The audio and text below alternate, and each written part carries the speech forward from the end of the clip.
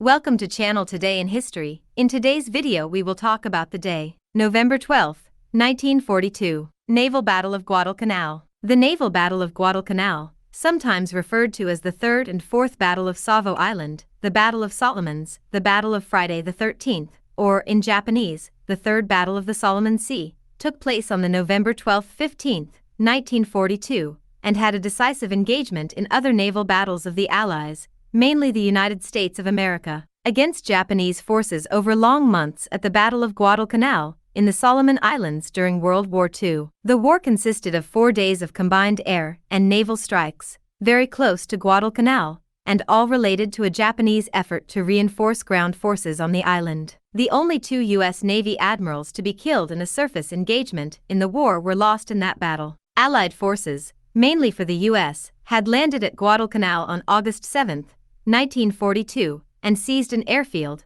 later called Henderson Field, which was under construction by the Japanese military. There were several subsequent attempts by the Imperial Japanese Army and Navy, using reinforcements delivered to Guadalcanal by ship, to recapture the airfield, which ultimately failed. In early November 1942, the Japanese organized a transport convoy to take 7,000 infantry troops and their equipment to Guadalcanal to try once more to retake the airfield. Several Japanese warship forces have been assigned to bomb Henderson Field with the aim of destroying Allied planes that pose a threat to the convoy. Learning from the Japanese reinforcement effort, American forces launched aircraft and warship attacks to defend Camp Henderson and prevent Japanese ground troops from reaching Guadalcanal. In the resulting battle, both sides lost numerous warships in 2 extremely destructive surface engagements at night. However, the U.S. managed to back off attempts by the Japanese to bomb Henderson Field with warships. Allied aircraft also sank most Japanese troop transports